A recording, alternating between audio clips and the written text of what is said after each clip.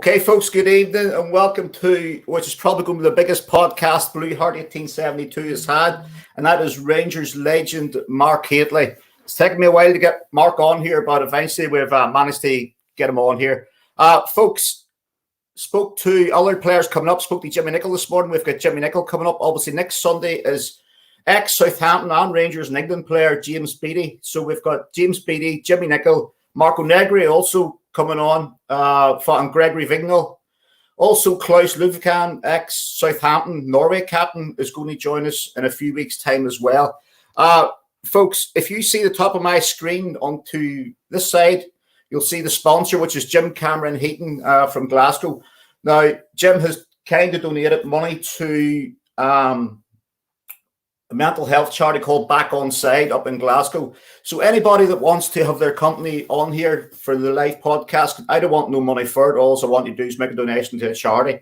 So we thank Jim for that. Also, a shout out, folks, to Andy the Photo Doctor you'll see him on Twitter and Instagram. He does all the artwork for this. So all this blue heart you're seeing and the pictures of Mark Hateley during the week, Andy the Photo Doctor has done all that.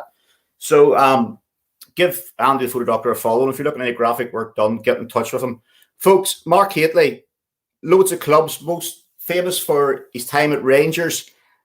If you don't know what Mark Hateley can do, watch it.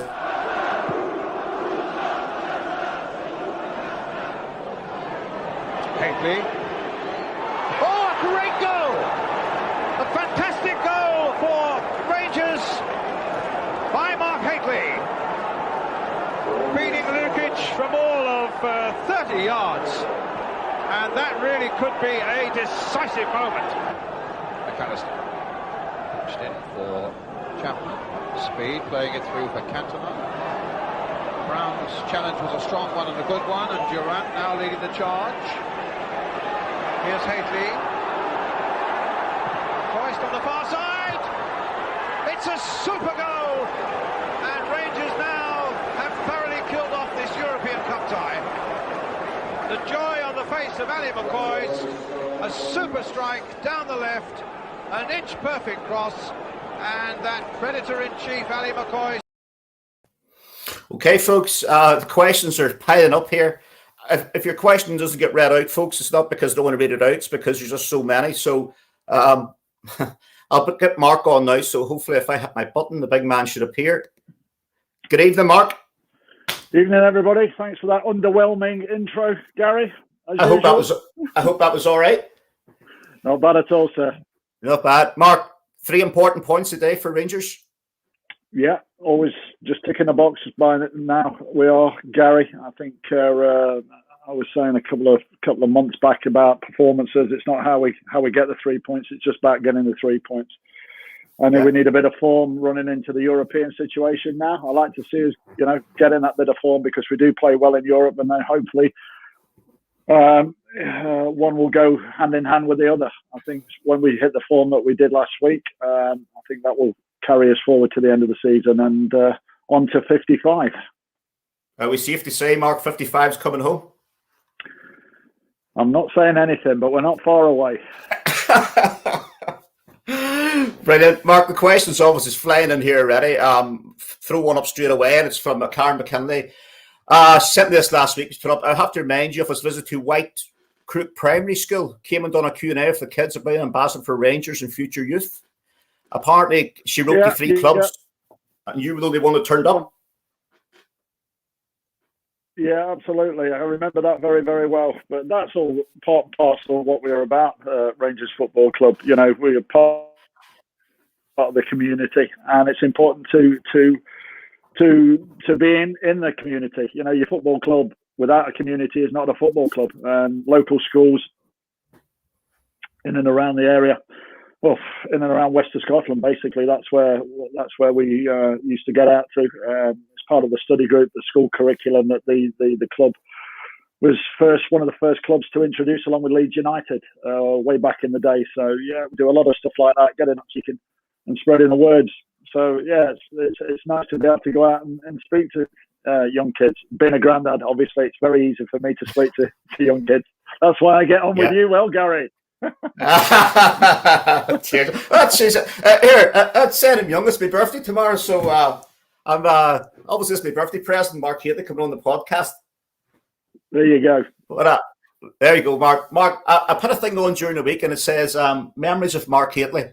So we had all sorts of things coming in. There was the goal against Leeds United. There was a goal against Aberdeen, AC Milan, Monaco, long hair, no hair. Yeah. And a guy answered, and his memories of you was, are you ready for this? A Ferrari, Versace suits and Duck Bay Marina. Correct. Always. That was the way. It was always after every game. I used to drive to every home game at 1,000,000 miles an hour. My build up for a Saturday game, as it was in the old days. We always played on a Saturday. I would be in game mode from Thursday. Walter stopped me training on a Friday because of too much damage. So I just used to rock up on a Friday, have a massage, have a bit of lunch with the boys, and then back home. And then Saturday, I'd drive in at 1,000,000 miles an hour in a whatever car I had. But that was the only time the Ferrari ever came out when it wasn't raining, right? So which was not very often, and on a match day. And then we would all meet up literally because myself, Walter, Brian Loudrup, Big Georgie. All lived out in Helensburgh. We could throw a blanket over us. We're that close together. And Duck Bay Marina was the port of call on the way home after a home game. So we'd have half a sherry in there, and then take the cars back, and then end up coming back for more than half a sherry. Good man. Right. Question from Jim Cameron. How did the big man find his time in the pub game in the Royal Borough of Renfrew? Staunch wee tune, Hateley's Bar. Yeah, it was. I mean, difficult because I think when you're starting off in the pub business, there's a lot of people, a lot of pubs around, and there's a lot of guys that will, you'll jump on a bus to save 5p, on a pint of lager or on a shot of whiskey or something like that. So, difficult. It's a difficult business. We had a good go at it, put a lot of hard work into it, but for me, I enjoyed it. Popped in every now and then, made sure everything was working well and everything was, as it should be. Yeah. But you got just difficult times. Pubs, a lot of pubs around, and it's a tough game. So it's good while it lasted. Let's put it that way. Yeah. Because Matt Letizia was on here last week, and he had a go at it as well down here, and he ended up Yeah, the same. But it's nice that you can say you've done it. You've had all your memorabilia up in the pub, and it reminds you of all the old days and all that sort. We had a lot of good support from Rangers boys.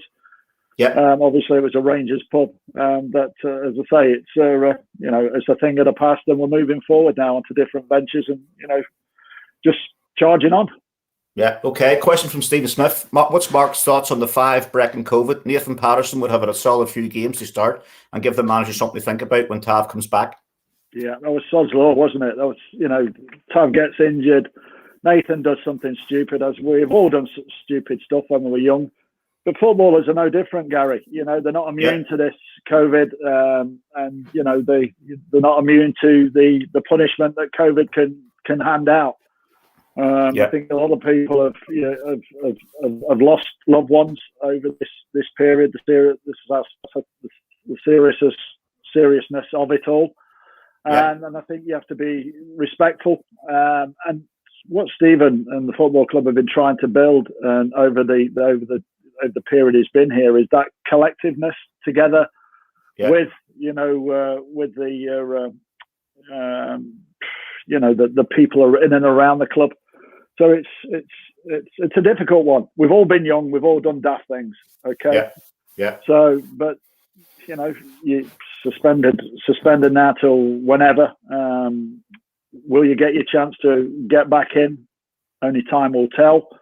So yeah, it's a hard lesson that needs to come sooner rather than later. But I'm disappointed for Stephen and also for the group. Because the group is about 24, 26 players that have been through this right from the beginning, and now to miss out at such a crucial stage of the season, it's disappointing for all the boys. Yeah. But a bigger blow for the boys that will not be taking part in all the celebrations. Yeah. Would you say, Mark, the current crop, they're a close-knit bunch? Yes, without a shadow of a doubt. We've got a great camaraderie in there. They've got some right big characters. Griggsy would be the loudest voice in that dressing room, but I would imagine it's still probably chomping up and down that dressing room tonight. Having a go at his back for conceding a goal. Yeah. But it is a good group. That's what Stephen has been building on over the period while he's been at the club and his backroom staff.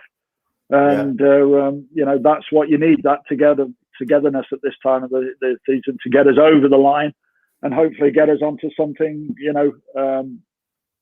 even bigger than that, with the European run. Yeah, because what I'm seeing is players, if they're not playing, there's no huffing and puffing. They're all in it together. They're all in it together, and they all need to know that they need to be ready because they could be called on at any given time. It is like that.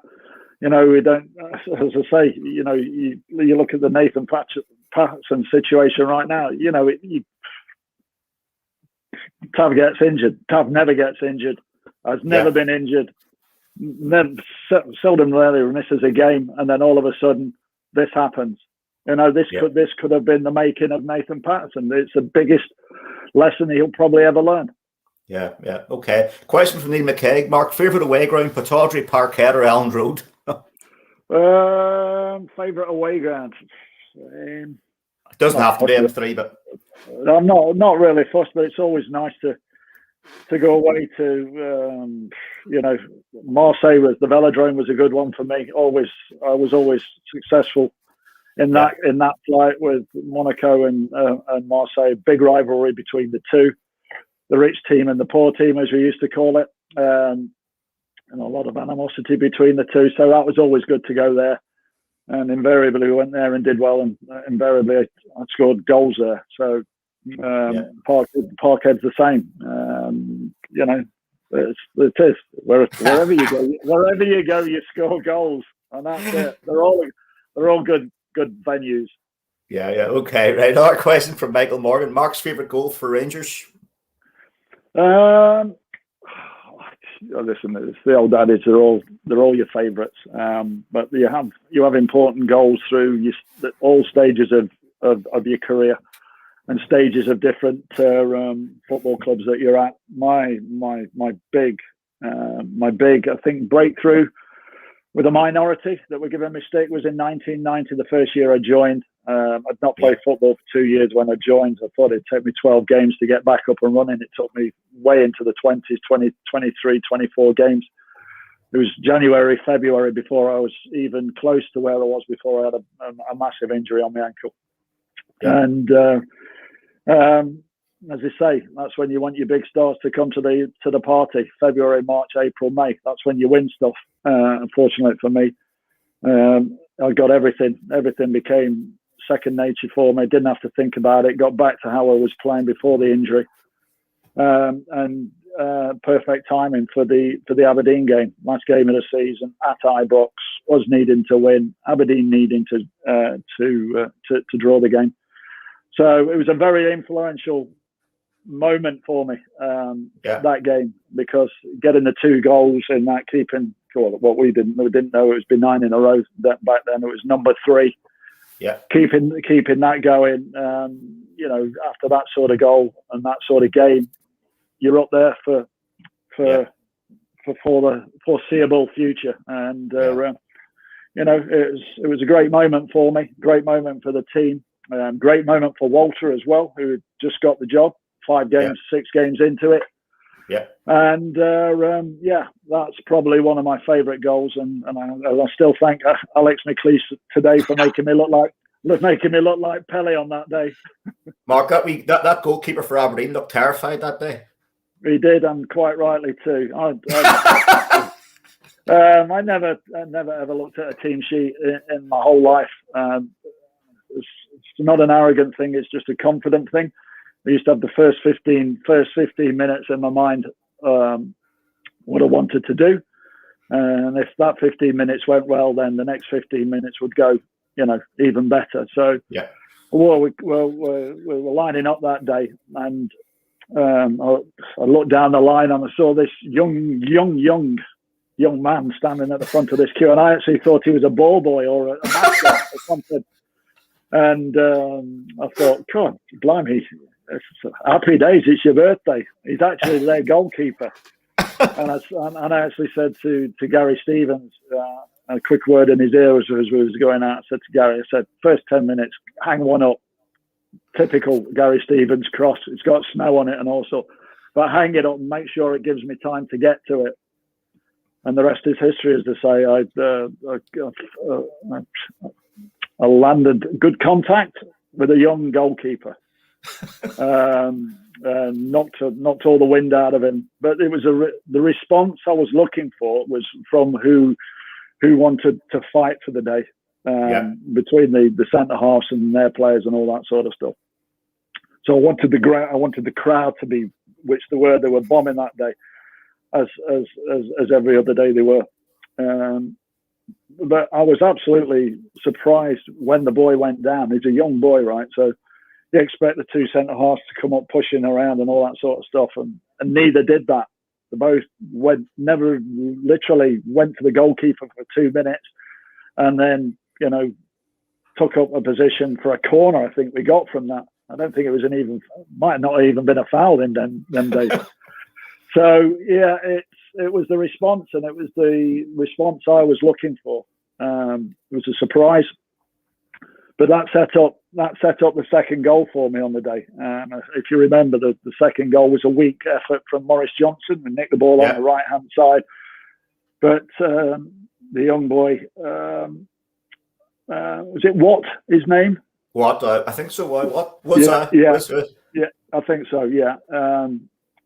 As that shot comes into him, and he should take that comfortably.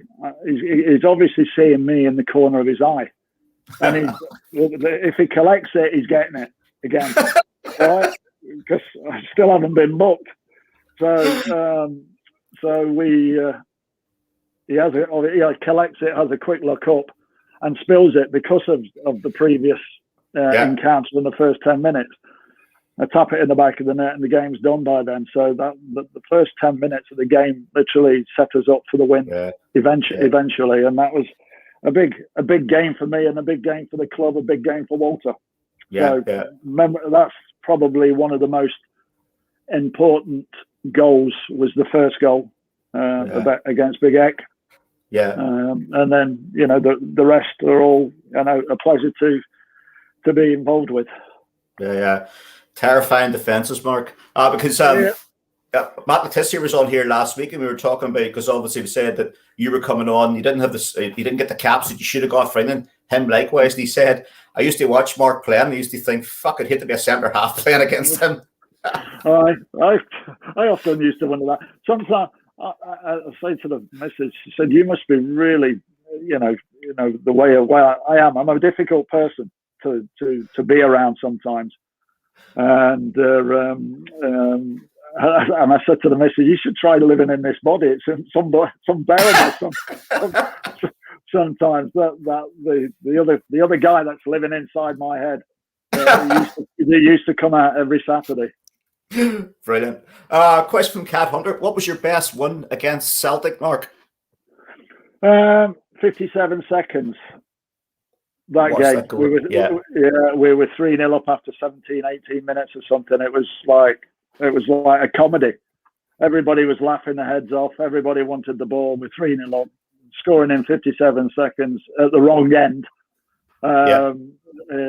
is just pure poetry. You score and you get the full length of the pitch to run back and celebrate with the Bears at the other end. So, that's probably one of my favourite moments. Well, I'll tell you what my favourite goal against Celtic, one of them was, do you remember the time we played them at Ibrox and Hampden was getting reworked, so they tossed the coin and we got Ibrox as the semi-final venue? Yeah. You scored into the Brudden Road that night. Durante robbed Galloway up a wing and put the ball across. Yes. Yeah. And that was the semi-final of the Cup, that was my first night sitting in the club deck for an Old Firm game, and I thought the stand was going to collapse. I bet it was. Yeah, it's unbelievable up on the club deck. The club deck it literally bounces as well. Yeah. When you're up there. Great unbelievable. Yeah, yeah. Right. Gary Clark says, Battle of Britain, Leeds United, how focused was English players from the team to get the away result to prove the English media wrong due to the derogatory comments? Yeah, well, that was the team talk. There was no team talk. It was a real unusual day for that down for the return leg. The return leg was obviously Ellen Road. We just beat Leeds 2-1 at our place. They were all English press had given us no chance whatsoever. You know, we were going to get blown away by this, you know, dynamic Leeds United side, which they were. Very, very good side. Yeah, English champions, some great players playing. But it was not a team, really not a team meeting at all. There wasn't, you know, not a lot of words said. But Archie and Walter had put all the Sunday papers and the daily papers all around the dressing room on the walls. Yeah, and that says that's what you've got to do today, guys, and that's why you get that sort of performance. But I just said right at the beginning of that campaign, we could win all the away games because the way we were designed to play the game. We had a great goalkeeper, great back four, creative midfield, very creative midfield, and two guys that could score at any given time. You know, and that's a recipe for going a long way in Europe. And you know, I think that's why you see what we've got at the current Rangers side at the moment. You know, we're very decent, very good goalkeeper, back four, very strong. Yeah. And you know, we've got a lot of people that can score from different areas of the game and very quick in transition. So that's where we were that day. We were played to our strengths. We were really good side. Really good side we were. And you talked about the goalkeeper. Obviously, it was Andy Gorham that night, Mark. A wonderful game. Yeah. The way Al McGregor's been playing this season, is McGregor challenging him now to be the? Well, I think what you see now, you see Alan McGregor and Andy Gorham being mentioned in the same sentence. Yeah. And that's all I can say really about that. Once you're in the same sentence as Andy Gorham, you're not bad. You're not bad at all. You know what I mean? So I think that's the plaudits I could give for Alan. Alan's been phenomenal. He's makes saves in most games, none more so than today. In the first 20 minutes, he made two unbelievable saves to keep his side in the game. He's done it in Europe. I would say he's playing his best football right now than he was before he left the first time. And, you know, long may that continue. Yeah. Let's hope there's a new contract for Alan, anyway. Yeah. Oh, there'll be no doubt about that. I think it'll be same for Stephen. You know, Stephen's probably been the Player of the Year. Probably will be the Player of the Year or something up here in Scotland this year. Or should be very close to that because his level of consistency and performance have been second to none. And that's where our consistency comes from that goalkeeper and that sort of midfield player. Yeah.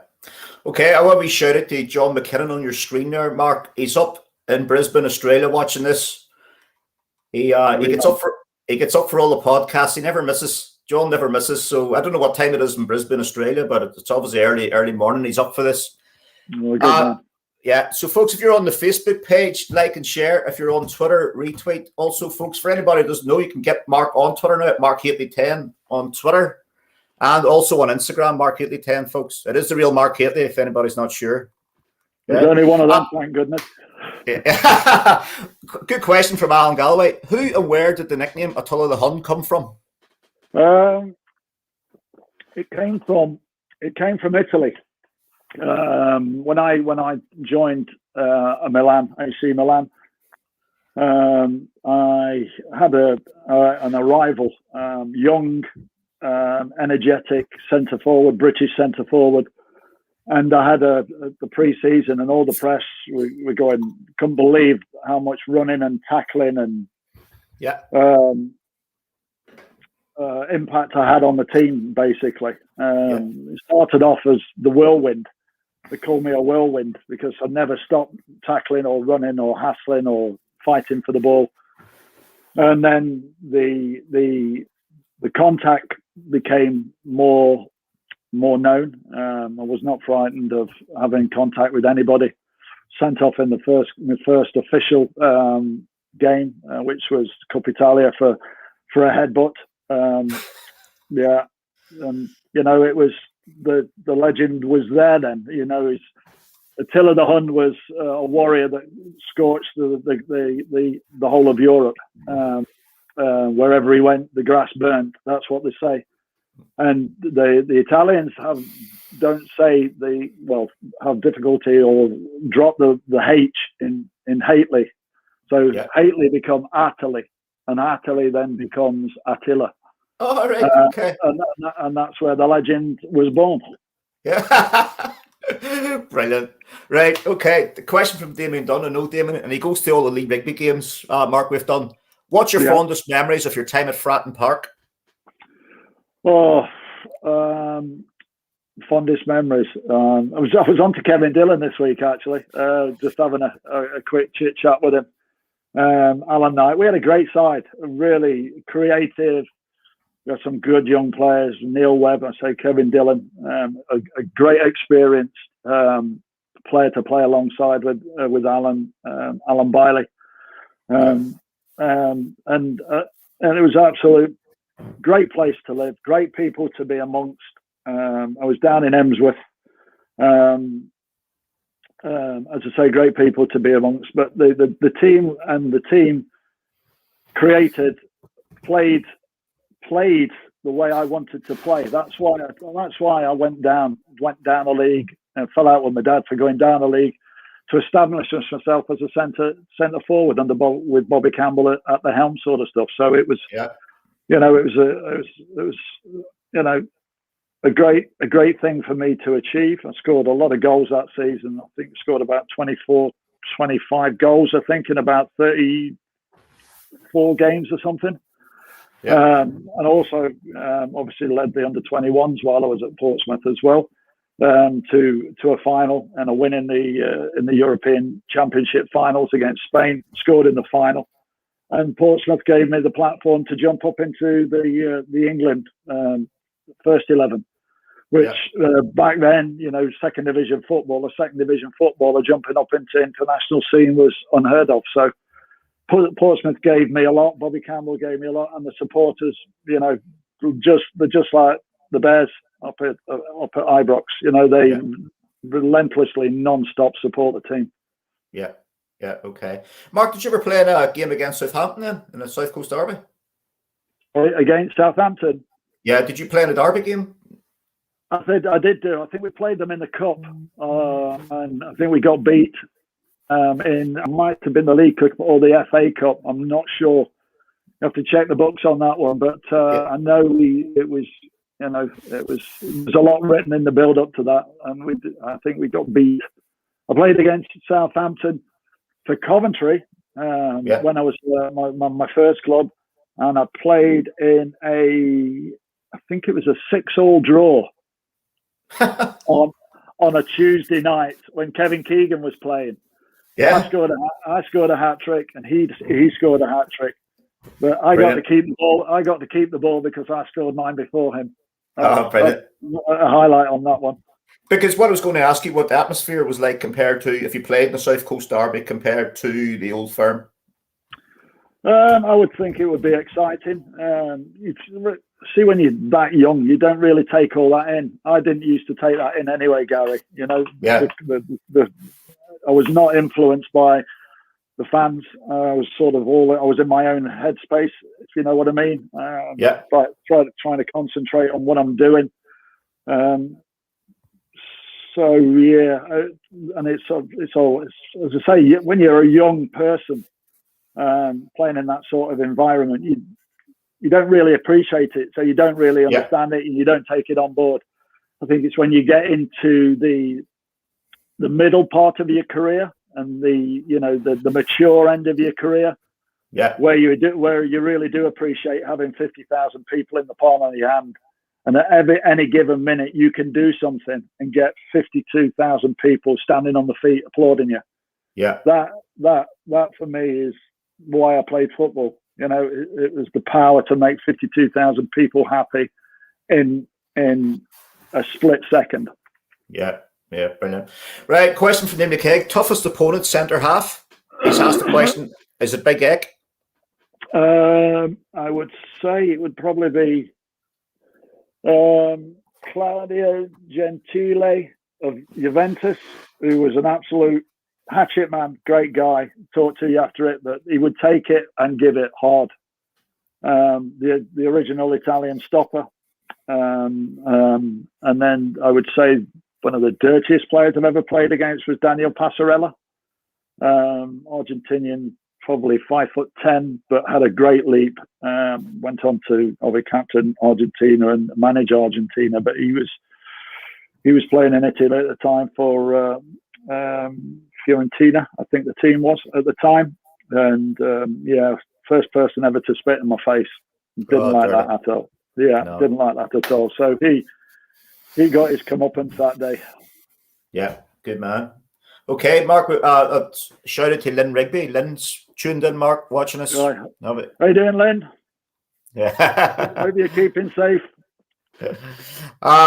Okay, question Jim McManus. Hi, Mark, do you remember a game on the 27th of February, 85 World Cup qualifier at Windsor Park, Northern Ireland? Guilty. And you scored the winner, yeah? Guilty. Pat Jennings. I beat Pat Jennings from outside the box with my right foot. I could hardly stand on my right foot back then. And you beat Pat Jennings. I beat the biggest right-handed goalkeeper I've ever seen in my life. He had hands like shovels. And it was just a good campaign for me, that was. But it was a good game to be in. It was one of my first, in the build up to Mexico.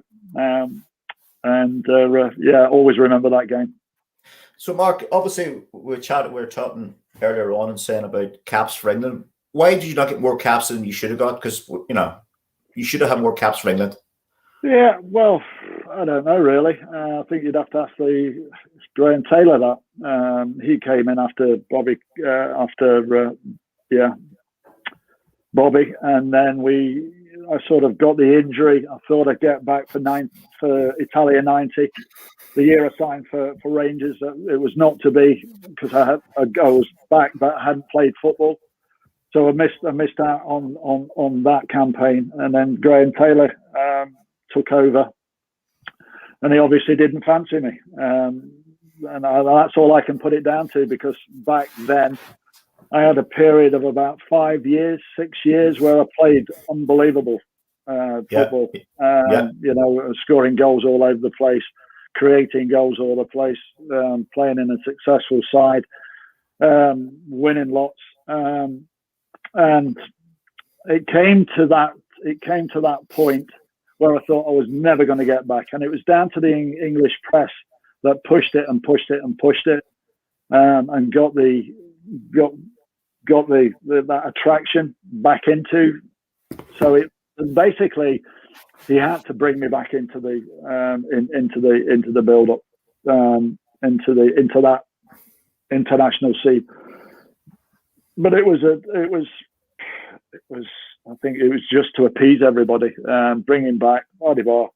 Actually, played the game. It was, I'm going to say, where was it? It was an away game, Czechoslovakia away or something like that. It was, I don't even, that's how much I think about it. I think I had an assist for Paul Merson on that day.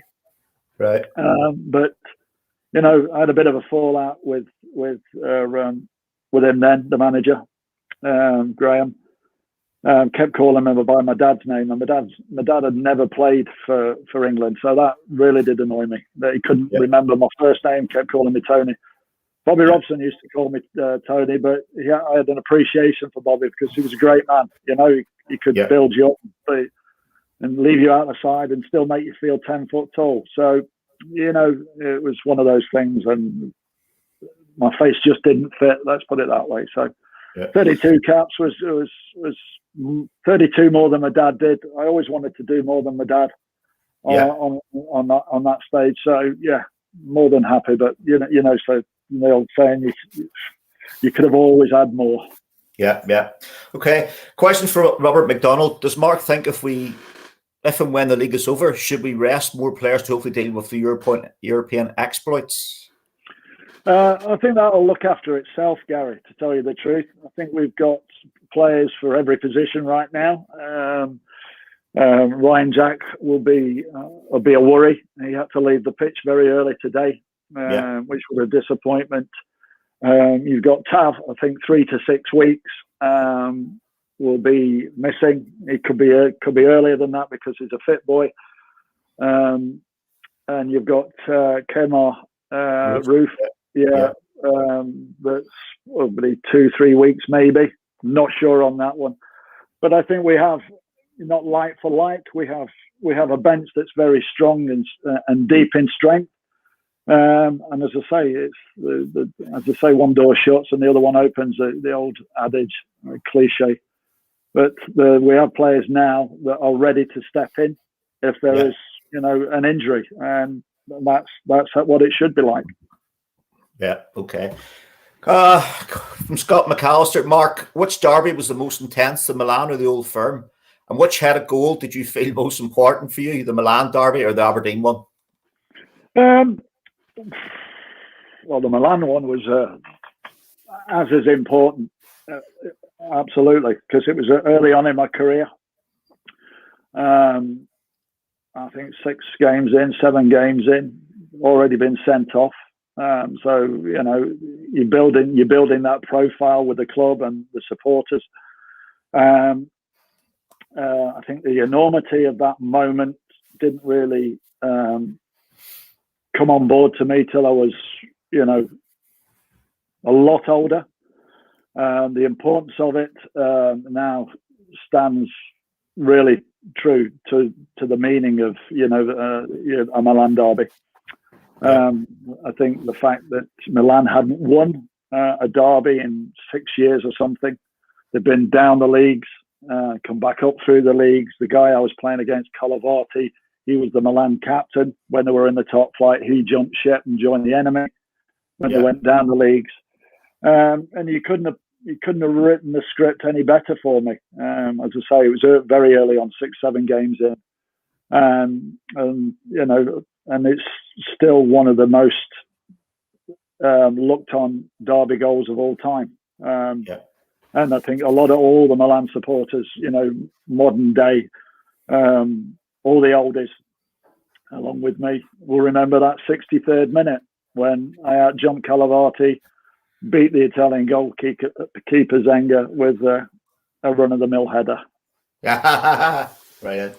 Because I went to a Q&A, it's a few years ago, with Tony Meal and Ray Wilkins. God bless him, Ray Wilkins. And Ray Wilkins was telling the story at the Q&A that you and him were in a shoe shop. Do you remember this? A couple of days after that goal, and word went round that Mark Hateley was in the shoe shop, and the shop becomes swamped with Milan fans. You had to shut it. You had to shut the shop. Honestly, there must have been hundreds of people outside this shop. The police had to come and everything. But that was my life in Italy from that day moving forward. We couldn't go anywhere. I literally lived. I lived with Ray in a compound, a nice compound between Milanello and San Siro. So it was like San Siro for games and Milanello for the training ground. And if I wanted to go out with my family or for a meal, then we went probably to one place or two places where I knew who owned the place, and they would put me in an area that was secluded and safe, basically for the children. Yeah. Brilliant, Mark. So, question for Mark Lynch. So, we've already talked about the Aberdeen goal, but what part of his question is: did you realise how big Rangers were before you joined? Oh, absolutely. Yeah, I know. I supported 3 teams. I supported Chelsea, Nottingham Forest, and Rangers as I was growing up. I had 3 teams through the United Kingdom. Chelsea is probably the team I can first remember my dad playing for, and that's where that came from. Then you got the Derek Johnson from the Rangers era and all that sort of stuff, and just following 3 teams always sort of was always in the back of my mind. I supported Nottingham Forest just to annoy my dad because he was playing for Notts County at the time. So, as you do. But no, I had a good understanding of the club and what the club stands for, where we're from, what we're about, and you know, it's a simple thing for me. Graham tried to get me 3 times. The first year I was at Milan, and the second year I was leaving Milan for Monaco, and before that, John Gregg tried to get me as an 18-year-old from Coventry City when I was just making a name for myself in the game of football. Yeah. So it was a long time coming, but it was worth waiting for. And you can see what Graham was achieving and trying to do at the football club. But a great chairman in Sir David Murray, who got all top British players, English players in, and the rest is history, as I say. Yeah. Okay. Question for Graham McCallum. Mark, who's your favourite strike partner at Rangers, Coisty or Super Mo? Well, without a shadow of a doubt. Listen, no, don't get me wrong. Mo Johnson was a great player, a fantastic player when he came back from France. He'd learned a lot while I was away in Europe, being that European striker, playing differently. But he had the same sort of energy as me. I mean, I don't want no disrespect for Alistair, but I knew what Alistair was all about, and I wanted a player to be close to me. And not charging off doing what I was doing. I wanted to lead. Graham wanted me to lead the line, and I always thought with Alistair in the side and by my side, we would score lots and lots of goals. And that was the way it worked out. I mean, Alistair sat out the side for a little while, and I think that was just Graham. Graham was frustrated, I think, with Alistair as well. He saw a lot more goals in him than Alistair was settling for. And literally, when you're there a week or so, the level of football that I played at and the players I played with, I could see this Alistair was a goal machine, and it proved that way. Morris went out the side, Alistair came into the side, and, keep saying it, the rest is history, but that's what it was. We were a great partnership, he stayed where he needed to stay. He was always sort of 15, 20 yards, no further than 15, 20 yards away from me. And he knew where the final ball was always going to be. That's how clever the partnership was. I knew exactly what Alistair needed and wanted, and he knew what I could give him. Yeah. And that's how it worked. Yeah, brilliant. So, a question on YouTube. Does Mark think we need... Can I just say though, Gary, the best year I ever had was when Alistair broke his leg. I scored 30 goals for the first time that year, and ended up winning. I ended up winning Player of the Year, first English player to win Sports Writers Player of the Year. The Golden Boot, I got one of them. The only thing I didn't win that year was the Eurovision Song Contest. So it was an incredible, but yeah, it was a great partnership. It's one of those partnerships that you probably get one or two of them in a club's history, and it's a long history. Yeah, brilliant. So, a question on YouTube, Mark, is: do you think the club will need to sign 2 strikers in the summer with the full retiring and maybe Alfie leaving? I think you always need to be looking for something like that, Gary. We are dealing in that market now. When you're looking for goal scorers, everybody's looking for goal scorers. So you've got to be way ahead of where we are. And I know Ross Wilson and the plan that they have in. We're looking, 3 windows down the line all the time. So we're tracking players and young players all the time. I look at Itten. I think Itten is a real good young prospect that's got a great chance. I know there's a lot of Premier League teams looking at him before we nipped in and got him.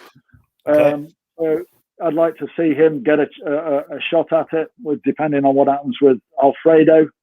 you know, and what's going to happen with Jermaine. So, you know, as I say, we're in good hands. You know, we're looking out there, and as I say, goal scorers are like very few and far between, and hopefully we can. Well, with the way we're going, we're not reliant on one goal scorer anymore, and that is a real good thing to have. You know, we've got goals. I mean, we've got goals from all over the park now. You know, we've got 6, 7 different, 8, 9 people that scoring goals. So you put all them on a pitch at the same time, and that's a big problem, a big headache for the opposition. Yeah, you mentioned Ross Wilson there, Mark.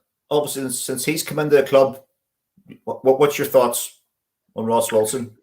I think basically Mark Allen did a great job. I mean, it was you know, Craig Mulholland up at the academy.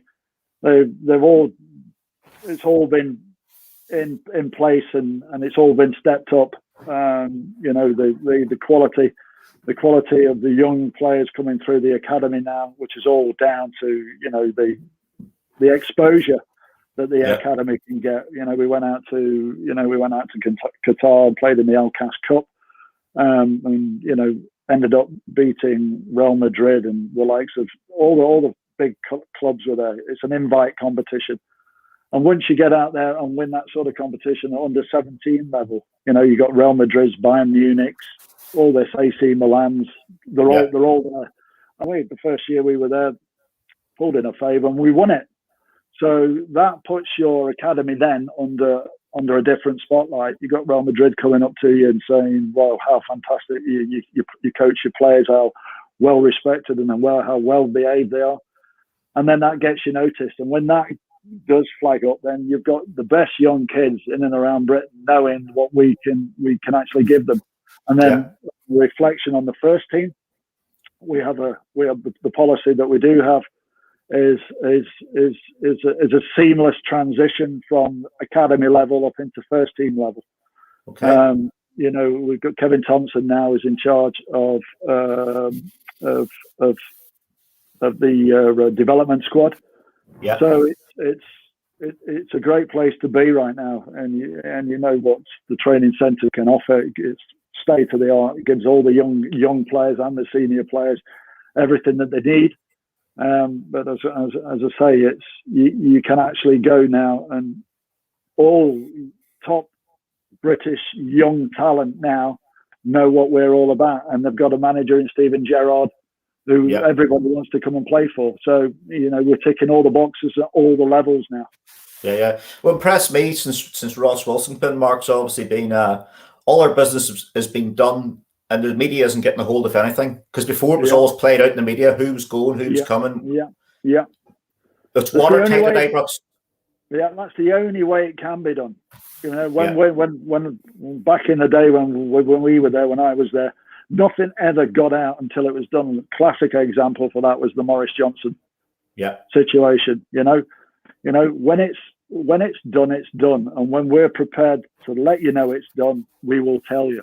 And that's how it should be. All big clubs should be like that. And you know, we're a long way to finally getting that in place.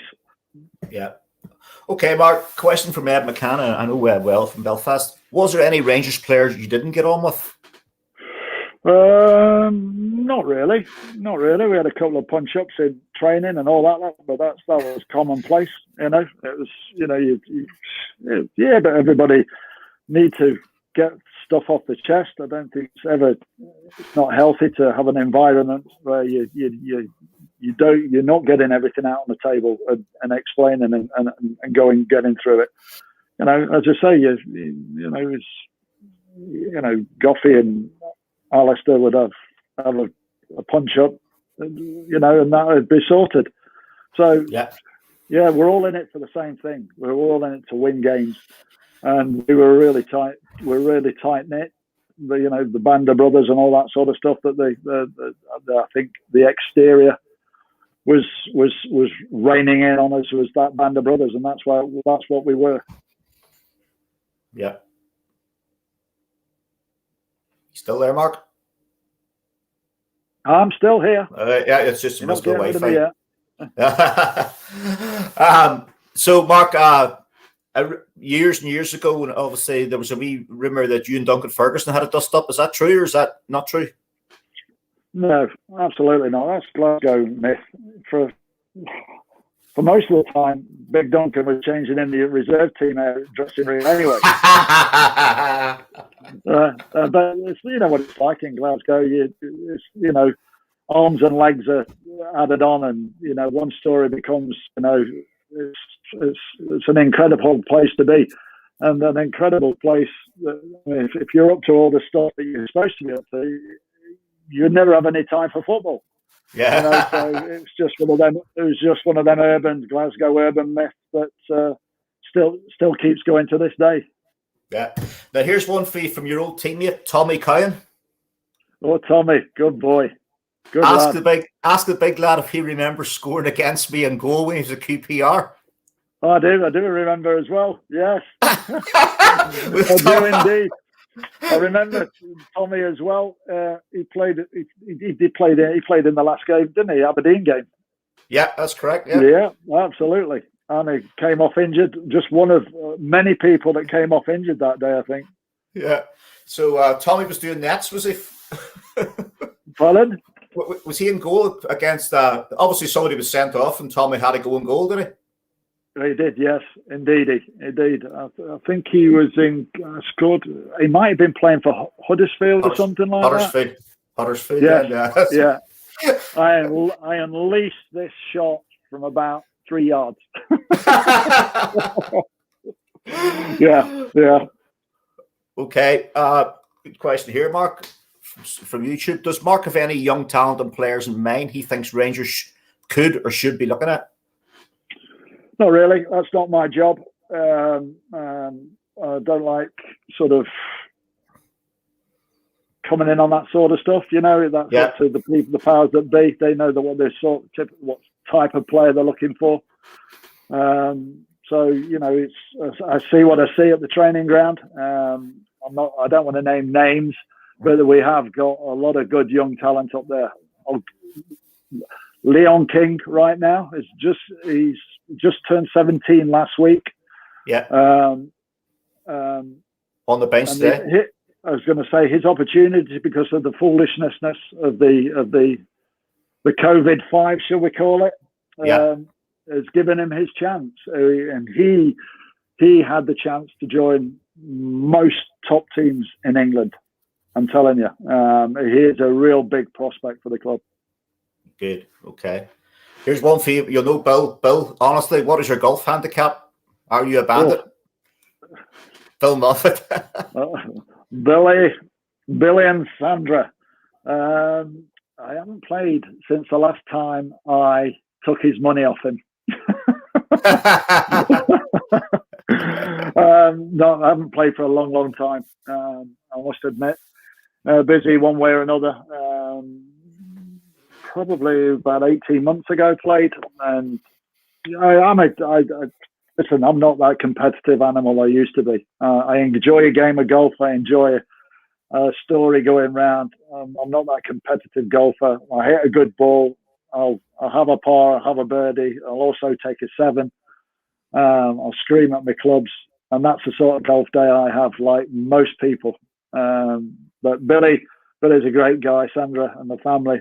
Yeah. We've had great times when we're on the golf course as well, and a great laugh, and that's the way I like to play it. Yeah, good. Okay, Mark, question from Jim McDonald. If you could play alongside any of the current Rangers players, who would it be and why?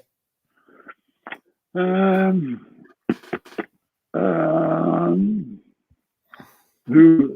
I'd like to play with Stephen Davis. I think Stephen is an exceptional professional. He is Mr. Consistent. You know exactly what Stephen is up to, what he's going to do. You can give him the ball in any given place and any given time. He'll look after the ball, and he'll give you the ball back. And that's the sort of player I like to play with. That appreciate each other. Yeah. And I think Stephen gives that in spades. Yeah, Stephen Davis. You don't fancy playing alongside Alfie then, no? I think it's difficult to play alongside Alfie. Alfie is like a lone star player. You know, he likes to play through the middle. I think the last couple of games, I've actually seen a real big improvement in his overall ability to be able to bring everybody into the game. I've always been a big critic of Alfredo because I've always wanted him to be the player that his potential shows us. But playing two players alongside each other, I don't think that's for Alfie. I think Alfie is the European striker where you play through the middle and everything then bounces from you. And I've seen a lot of good stuff over the last month where I see the game starting to click with him, with the appreciation of the players around him, his softness of the pass or his firmness of the pass when it needs to be right. And I think he's, today he chased the lost cause and got a great reward in a goal. And he's been trying to get that goal. His first goal at Ibrox since August. Can you believe that? So long may that continue. Yeah. Okay, Mark. Andy Berryman, your second goal in the 93 Scottish Cup final for the sheet made one of my best days out, especially because it was Parkhead. Also enjoyed your company at Sydney Rangers Supporters Club weekend down under. Gentleman and legend. Thank you for the memories. You're welcome.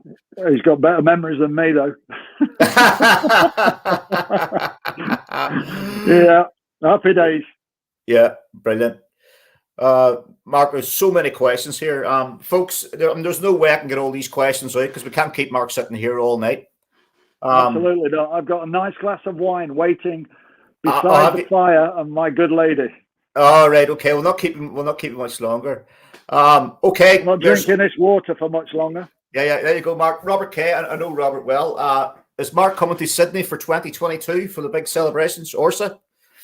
If I get an invite, I'll be there. You know me, I will be quite happily to come down. Yeah, I've got a daughter that lives just outside Sydney, so I killed two birds with one stone there. It'll be a nice occasion. There you go, Robert. The big man's putting it out to you. Send the invite and he'll be there. So they are. Mark, you played under some magnificent managers in your career. Who was the leader of leaders in your opinion and why? Listen, it's an easy answer, Guy. And I would not pick one person out, one manager that's made me. All the managers have made me what I am, in some way, shape, or form. Whether it's on the pitch or off the pitch, my character, whatever. You get great things from Walter Smith as a man manager. You get the same thing from Bobby Campbell. He got a side of my game that was missing. Niels Lee down centre forward. I couldn't have wished for a better person to be coaching me at Milan as a young player. Played in the 58 World Cup final, scored in the Pele Cup final. Taught me a hell of a lot, taught me a massive amount about the game of football, lots of time for me. Wenger did the same, a different side of the game that Wenger brought to me. So I've been really, really fortunate to, Fabio Capello was in there at Milan as well as a young coach who helped me a lot. So I've had the opportunity to work with some great characters, and I have to thank everybody that I've worked with that has given me a great life and a great career. Mark, are you ready for this? Ready to go, yes. Ross County 1, Celtic 0. You're kidding me on. I'm not. How long to go?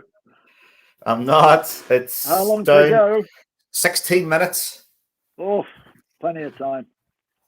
16 minutes, Mark. Yeah, plenty of time. Wow. Okay. Yes. Okay, Mark. So obviously, outside of football now, we were chatting. But you and Alex Ray have your own wee podcast. Yeah, it's something I've gone into. I've always been sort of looking to do other things outside football when I was playing in football as well. And podcast for me is a real current business venture. If you want to put it that way, we are I think way behind everybody else in the world on the way we do our podcasting. So I think it's an ideal time to get in. So we're in with their 1010 podcast. Okay. That's the name of the company. And myself and Alex is moving the goalposts with Mark and Alex. And we do a weekly pod. We have guests on, and then we do a post-match roundup of the game. We've done one today. I just dashed back in to get back in just in time for tonight. And it's obviously Rangers, and we've got other podcasters under the company name that do different things. So we cover for the young kids. We've got comedians on. We've got a motherhood club, all that sort of stuff. So we're just trying to build something and take it forward. It's in the organic stage at the moment. It's growing nicely, but growing with a strong foundation. So that's what we're doing. So 1010 podcast. Get yourself signed up. And we've got some good stuff to listen to. You're part of that signed up group. I'm signed up. I've subscribed for a full year, and I have to say, it's first class. It's really, really good. I mean, I listened to we've listened to the Andy Gorham one. You had Andy Gorham one, Charlie Miller's been on there. Obviously Dave King. Dave King and John Gilligan and Dave King. We had great response from that.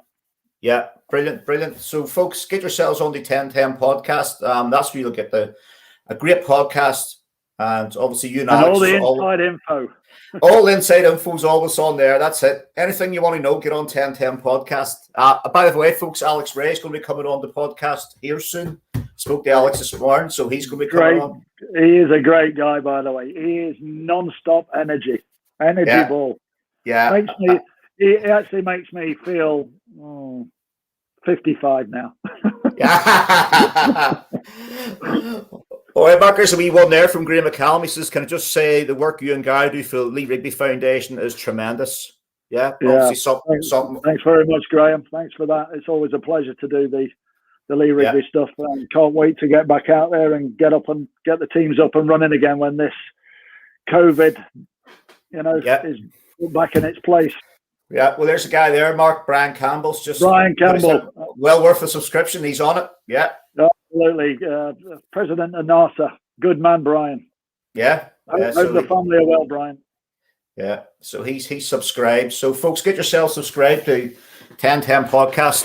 What's it called, Mark? Moving the goalposts? Moving the goalposts. That's if you go to 1010 podcast, it'll come up on the landing page, and you'll just pop onto whatever you want to pop onto. We've got all sorts of stuff on there, but obviously the best one on there is myself and Alex. Yeah, very good. And obviously a bit of banter about the Rangers picks. I heard that the other night. Oh yeah, Rangers picks is sponsored by Low Six, which is one of the club's partners. Is gone down really, really well. We've got a challenge going between Stevie Clifford and myself and Alex Ray. Absolutely got a tanking this weekend. Stevie got 23 points, picking your goals. Are we going to score first half, second half? Who's going to assist? Great fun. Get yourselves on it, guys. It's free to play, and you're sharing £1,000 every time you go on. Yeah. And Stevie Clifford, obviously, Mark, that guy's an encyclopedia of knowledge with facts and figures. Oh, absolutely. Steve is a diamond. You go to this game, he'll tell you. He knows more about my career than I do. He's goals I've scored and minutes I've scored. He's just a great guy to have on. Very influential guy as well on the team, and he's a pleasure to work with. Great to have him on board. Okay, Mark. Well, we can thank you for your time, mate. Hopefully, it's still 1-0 to Ross County. I think I'll have I think about a glass of red wine. I think it'll be a It'll be a bottle of red wine for me tonight, Mark. Come on, collect yourself, Gary. Get yourself together. There you go. Brilliant. Mark, Yeah, matey. thanks very much, Mark. Thank you. Great to speak to you. Everybody out there, take care, be safe, and we'll see you soon. All right, Mark. Good night. Thanks, mate. Take care, guys. Bye-bye. Okay, folks, there you have it. Sorry if your questions wasn't read out. There's so many questions on my screen. There's no way I could read all them questions out. Mark's only got so much time, so we've got a good hour out of him. Folks, next Sunday, it is James Beattie, ex-Southampton and Rangers striker James Beattie. And on the 7th of March, which is 2 weeks today, we have Jimmy Nicholl, ex-Rangers, Man United and Northern Ireland legend. Jimmy Nicholl will be on. Other players coming up, folks. Marco Negri, Gregory Vignal, the player Alex Ray, Keith Gillespie's going to come back on again. I see Tommy Cowan commenting. Maybe I have to get ask Tommy Cowan to come back on again because he's good stories. So, folks, please tell me it's still 1-0. I'm scared to come off this in case I'm trying to check. Is it still 1-0? Still showing 1-0. So that's it, folks. Hope you enjoyed it. I have to say, record numbers tonight. I can see on my screen already the figures who was all watching. And it's my birthday tomorrow, folks. So it's my birthday tomorrow. So no work for a week. I'm going back to Northern Ireland. And if Karen and Gordy's listening in to the podcast, which they said they were, I will be there to see them. So have your bottles of red wine ready, Karen and Gordy. Don't be drinking them all the night because I know what you like. So, folks, I'll catch you later. Good night.